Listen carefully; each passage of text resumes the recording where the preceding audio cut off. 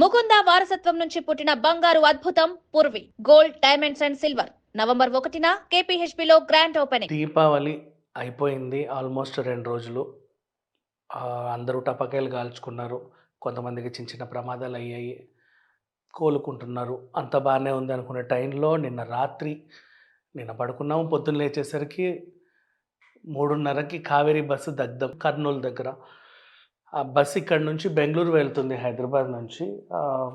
కర్నూలు దగ్గరలో వెళ్ళినప్పుడు ప్రమాదం అయితే జరిగింది. అసలేం జరిగింది అంటే DD01N9490 బస్సు మన బెంగుళూరుకి వెళ్ళాలి హైదరాబాద్ నుంచి వేమూరి ట్రావెల్స్. వీళ్ళ ఆఫీస్ వచ్చి పటాన్చెరులో ఎక్కడో ఉంది. And main office KPHB colony నుంచి లాస్ట్ అందరినీ ఎక్కించుకొని బెంగుళూరు సైడ్ వెళ్ళాలి. ఆల్మోస్ట్ ప్రయాణికులందరూ ఎక్కారు, మంచి నిద్రలో ఉన్నారు. రాత్రి 3:30 ప్రాంతంలో అటుగా వస్తున్న ఒక బైకర్కి బస్సు కొంచెం ఏదో అంటే టర్నింగ్లో క్రాష్ అయింది. అతను హ్యాండిల్ బండిలో ఇరుక్కోవడం వల్ల, అయినా సరే ట్రావెల్ బస్ మన డ్రైవర్ పట్టించుకోకపోవడం వల్ల ఒక 300 మీటర్స్ వరకు అతను లాక్కెళ్ళారు. అతని ఇంజన్లో ఉన్నటువంటి ఆయిల్ అంతా బయటికి రావడం, అలా ఆ క్రాష్లో మంటలు చెలరేగి అది బస్సుకు అంటుకొని బస్ మొత్తం దగ్ధమయ్యే రేంజ్కి వచ్చింది. ఇప్పుడు అది వేమూరి కావేరీ ట్రావెల్స్ వాళ్ళ బస్సు. ఇది ప్రమాదం జరిగిందని చెప్పేసి ఆఫీస్కి వెళ్తే అప్పుడే వాళ్ళందరూ షట్టర్ క్లోజ్ చేసుకొని ఎటోళ్ళు అటు వెళ్ళిపోయారు. అంటే మాకు సంబంధం లేదు అన్నట్లుగా. నెక్స్ట్ పోనీ ఇటువైపు ఏం జరిగింది అనుకుంటే, ఇప్పటి వరకు తెలిసిన సమాచారం వరకు ఆల్మోస్ట్ 25 మంది వరకు చనిపోయారు. పొద్దున తక్కువ ఉండే, బట్ ఇప్పటికీ పెరిగిపోయింది ఆల్మోస్ట్. ప్రధానమంత్రి గారు, ద్రౌపది ముర్ము గారు, చంద్రబాబు నాయుడు గారు, పవన్ కళ్యాణ్ గారు, లోకేష్ గారు, ఆల్మోస్ట్ రేవంత్ రెడ్డి గారు అందరూ కూడా స్పందించారు ఈ ఘటన పైన. రాజకీయ నాయకులందరూ వాళ్ళకి ఎక్స్‌గ్రేషియాలు ప్రకటించడం జరిగింది. అండ్ మృతులను హాస్పిటల్లో అంటే గుర్తుపడుతున్నారు కొంతమందిని. వాళ్ళ డీటెయిల్స్ అన్నీ తీసుకొని, అఫ్‌కోర్స్ కొంచెం కష్టంగానే మారింది. పూర్తిగా దగ్ధమైపోయారు. కొంతమంది ఎమర్జెన్సీ ఎగ్జిట్ ద్వారా బయటకొచ్చారు. ఇంకొంతమంది రోడ్డు మీద వెళ్ళే వాళ్ళు ప్రత్యక్షంగా చూసిన వాళ్ళు ఉన్నారు. కొంతమంది రోడ్డు మీద వెళ్తూ పాపం ఒక ఆయన కొంతమందిని వాళ్ళ కారులో తీసుకొని దగ్గరలో ఉన్న హాస్పిటల్లో తీసుకెళ్ళడం జరిగింది. ఇంకొంతమందేమో వీడియోలు, ఫోటోలు తీస్తున్నారు ఏం జరిగింది అని కాపాడకుండా. కొంతమంది కాపాడారు.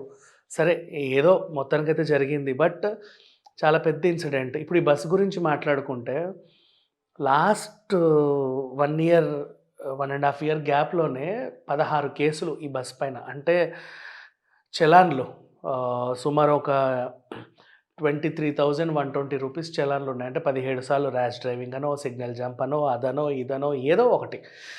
అండ్ డ్రైవరు వీళ్ళ డ్రైవింగ్ పైన కూడా కొన్ని అనుమానాలు ఉన్నాయి. బస్‌కి సేఫ్టీ లేదు.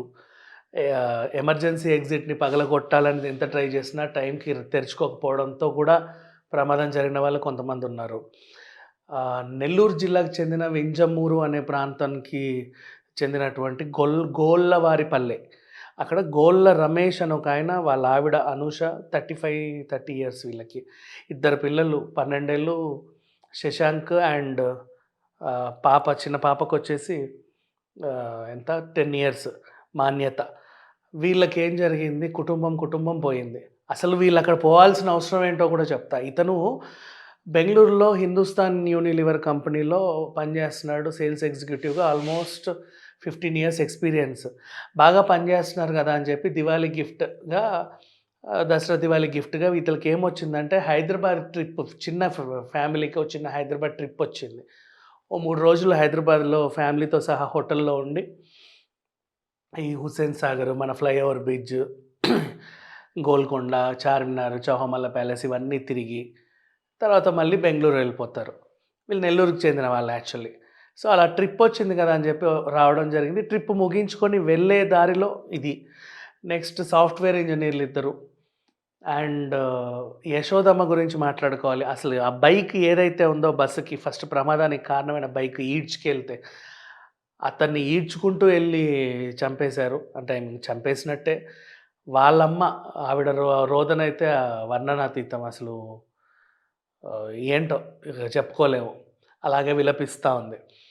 కొంతమంది ఇక భువనగిరికి చెందిన వాళ్ళు దీపావళి పండగకి 2 రోజులకే వచ్చి మేనమామ ఇంటికొచ్చి టపాకాయలు కాల్చుకొని ఎళ్తున్నారు. అట్లాంటి వాళ్ళు. చనిపోయిన వాళ్ళందరూ గూడా మోస్ట్‌లీ 35 ఇయర్స్ 20-35 ఇయర్స్ లోపు వాళ్ళే. ఆహ్, బెంగుళూరులో జాబ్ చేసేవాళ్ళు. ఆహ్, ఆహ్, మామూలుగా చుట్టాలింటికొచ్చి వెళ్తున్న వాళ్ళు. ఇంత అందరూ కూడా యూతే. బస్‌లల్లో సేఫ్టీ సెక్యూరిటీస్ సరిగ్గా లేవు. ఇంక ఆఫ్‌కోర్స్ ఈ ఘటన పైన ప్రధానమంత్రి గారు కూడా సీరియస్‌గా తీసుకొని ఆహ్, ప్రైవేట్ ట్రావెల్స్‌కి కొన్ని రూల్స్ అండ్ రెగ్యులేషన్స్ పెట్టడం జరిగింది. సరే ఏదేమైనా ప్రైవేట్ ఆర్ పబ్లిక్ ట్రాన్స్‌పోర్ట్ అయినా సరే అప్పుడప్పుడు అవుతూనే ఉన్నాయి గదా! మనం అట్లా అని దాన్ని అనడానికేం లేదు. సేఫ్టీ మెజర్స్ తీసుకోవట్లేదు ఎవరు. ఇంకా పండగ టైంలో, సంక్రాంతి టైంలో అంటారా, విచ్చలవిడిగా బస్సులొస్తాయి. పిచ్చి పిచ్చి బస్సులు. వాళ్ళకి పేర్లు, ఊర్లు, అడ్రెస్సులు గూడా ఉండవు. అట్లాంటి బస్సులు గూడా ఒస్తాయి. అనుభవం లేని డ్రైవర్లు. ఎందుకంటే, అనుభవం ఉన్న వాళ్ళందరిని ఆల్రెడీ పెద్ద పెద్ద కంపెనీలు హైర్ చేసేసుకుంటాయి కదా! మరిక మిగతా వాళ్ళెవరుంటారు? అనుభవం లేని వాళ్ళే ఉంటారు. అలాంటి డ్రైవర్లు. ఒకటి జస్ట్ బస్సు నడపడం వస్తే చాలు ఎక్కేసేయండి అనేవాళ్ళు. అట్లా తీసుకెళ్ళే వాళ్ళు కూడా ఉంటారు. థాంక్ గాడ్ సంక్రాంతి సీజన్‌కి ముందే ఇలాంటి ఘటన జరగడం వల్ల చాలా సేఫ్టీ మెజర్స్ తీసుకుంటారు. ఎందుకంటే ఇప్పుడు సంక్రాంతికి ఇంకా ఇట్లాంటి బస్సులు ఎన్నున్నాయో మీకు తెలీదు. ఇలా చలన్లు ఎగ్గొట్టినవి, సేఫ్టీ మెజర్స్ లేనివి. పడుకున్నామా ఒక్కసారి బస్సు ఎక్కామంటే ఇంక బయటికెళ్ళలేము. ఏం ప్రమాదం జరిగినా, ఏం జరిగినా అందులోనే. బేసిక్‌గా ఫ్లైట్‌లలో ప్రమాదం జరిగిందంటే మనకి దిక్కు దివాన లేని ఎటు తోచని పరిస్థితిలో ఉంటాం గాబట్టి ఇట్స్ ఓకే. బట్ రైళ్ళు ప్రమాదం జరిగినా సరే అప్పటికప్పుడు అటు ఇటు వెళ్ళలేని పరిస్థితి కాబట్టి ఏమనుకోవచ్చు. రోడ్డు మీద తిరిగే బస్సులకు గూడా సేఫ్టీ లేకపోతే ఏం జేస్తారు జెప్పండి. సో, వీళ్ళ మీదయితే చర్యలు తీసుకుంటున్నారు. చర్యలు తీసుకున్నంత మాత్రాన పోయిన 25 ప్రాణాలైతే తిరిగి రావు. ప్రమాదం అయితే చాలా దారుణంగా జరిగింది. నడి రోడ్డు మీద అప్పటికప్పుడు ఒక 25 మంది అలా దగ్ధమవుతున్నారు. హాస్పిటల్ తీసుకెళ్ళిన వాళ్ళ పరిస్థితి కూడా విషమంగానే ఉంది. స్వచ్ఛందంగా కాపాడడానికి వచ్చిన వాళ్ళు ఒక ఎత్తయితే ఒకటి మాత్రం చెప్పాలనుకున్నా. ఆహ్, ఇట్లాంటి ఏమైనా ప్రమాదాలు, బిల్డింగ్ ప్రమాదాలు గాని, రోడ్డు మీద గాని ఏదైనా జరిగినప్పుడు గుంపులు గుమిగూడకండి. మీకు సహాయం చేయాలనిపిస్తే చేయండి. లేదంటే అక్కడి నుంచి వెళ్ళిపోండి. మీరక్కడికొచ్చి అది ఏంటి అని చూసే క్రమంలో గుంపు ఏర్పడతది కదా! అటు ఇటు రాకపోకలు సరిగ్గుండవు.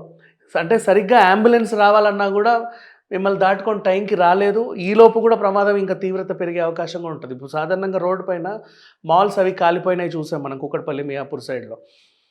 ఆల్రెడీ ట్రాఫిక్ చాలా ఉంటది. ఊరికే నిలబడి ఇలా చూస్తారు. అలా చూడడం వల్ల మీరు రోడ్‌ని బ్లాక్ చేస్తున్నట్టు అర్థం. పోనీ లేదు చూసినా మీరేమన్నా హెల్ప్ చేశారంటే అది లేదు. ఫోన్‌లలో చిత్రీకరిస్తా ఉంటారు. ఏం జరుగుతుందో అని. దాని బదులు మీరు ఒక మనిషిని ప్రాణాలను కూడా కాపాడగలిగితే కాపాడొచ్చు. ఇన్ కేస్ అంటే ఇది చేసే బదులు. సరే ఏదేమైనప్పటికీ ప్రమాదం అయితే చాలా తీవ్రంగా జరిగింది. కుటుంబాలు చాలామందిని కోల్పోయారు. వీళ్ళందరికి తెలీదు వాళ్ళ ప్రాణాలు అలా పోతాయని. గవర్నమెంట్ అయితే కంపెన్సేషన్ ప్రకటించింది. ఇంకా కొంతమంది జాడ కూడా తెలీలా. అంటే పూర్తిగా కాలిపోయిన శవాలు కొన్నున్నాయి. వాళ్ళ సీట్ నెంబరు, వాళ్ళ డీటెయిల్స్, వాళ్ళెవరు ఇలాంటివన్నీ తీసుకొని నెక్స్ట్ చర్యలు తీసుకోవాల్సుంది. ప్రెజెంట్ అయితే ఇంతవరకే ఉంది ఇన్ఫర్మేషన్. అండ్ ఈ బస్ మీద ఎలాంటి చర్యలు తీసుకుంటారు? ఈ కంపెనీ మీద ఎలాంటివి తీసుకుంటారు? నెక్స్ట్ సంక్రాంతి ట్రావెల్స్ బస్సులన్నిటికి కూడా మాక్సిమం ఎలాంటి యాక్షన్ తీసుకోబోతున్నారనేది మాత్రం వేచి చూడాలి. ప్రెజెంట్ అయితే ఇంతే ఉంది information. Thank you so much.